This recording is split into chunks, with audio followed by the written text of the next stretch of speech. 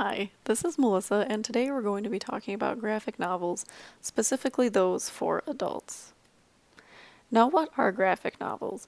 You might think of them as a collection of comic books, such as those published by Marvel and the DC Universe, or other such comics, but really they can be almost anything. Merriam-Webster describes a graphic novel as a story that is presented in a comic strip format and published as a book. This means that graphic novels can cover a wide range of topics and genres and can be appropriate for all ages, from kids and adults. Graphic novels are a huge growing market within books and libraries. There is consistent revenue growth, with the US and Canada surpassing $1 billion in 2018, and they are on track to exceed or surpass that for 2019 and 2020. In a survey of 400 libraries, two-thirds of them reported an increase in circulation activity for graphic novels, with the biggest increase coming to digital selections. So what would lead to this kind of increase? Well, many graphic novels, specifically those for adults, have been adapted into popular TV shows and movies as of late. The Walking Dead, a zombie survival horror show, has been running on AMC, a cable network, for many, many years and continues to be popular. Watchmen, originally published in 1986, was recently a critically acclaimed HBO program. And then you have the Marvel movies, which are consistently popular, such as Iron Man, The Avengers, Thor, etc. And we can see that the popularity of these TV adaptations is leading to increased interest in the original graphic novels. Watchmen, originally aired on HBO, is currently number 7 on the New York Times bestseller list, despite being published in 1986. But graphic novels aren't just superhero movies or your traditional comics.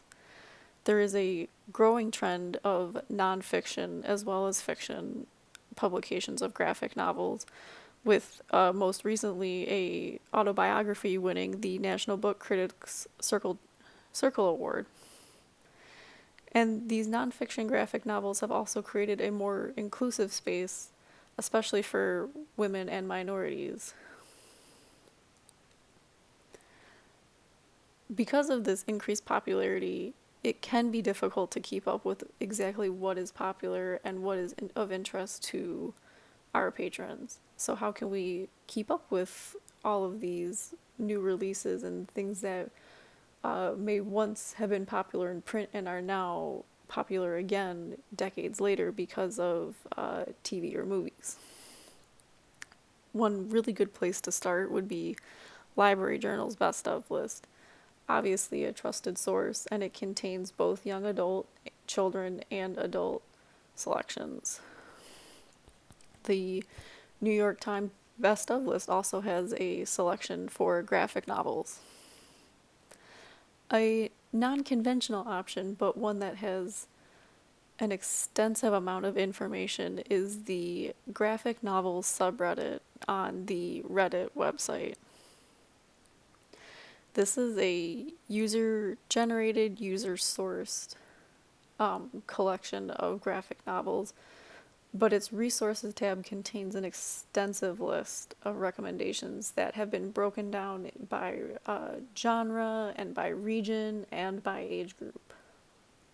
And because these are crowdsourced and user-generated recommendations, I believe that they bring a much more personal touch and a much more accurate view of what your everyday user is looking for in selections for graphic novels. The best of lists contained on this subreddit are also very extensive and are broken down by year and site of publication, as well as where they were recommended, such as the Boston Globe, Amazon, New York Times bestseller list, etc. And finally, another good way to keep apprised of what might become popular is to look at what movies or TV shows will be coming out within the next 6 months to a year. As we saw with Watchmen and The Walking Dead, critically acclaimed TV shows that are based off of graphic novels can lead to an increase in circulation. So keeping an eye on these things, what Marvel movie is coming out next, or is there a new Batman movie, could lead to an increased interest in these graphic novels. While this is not a exhaustive list of the ways to keep up, I hope this presentation and these resources have provided some insight on the ways that we can adapt and make sure that our patrons are receiving the best and most updated versions of our selection. The very last slide contains a list of sources that I hope are helpful, and thank you for your time.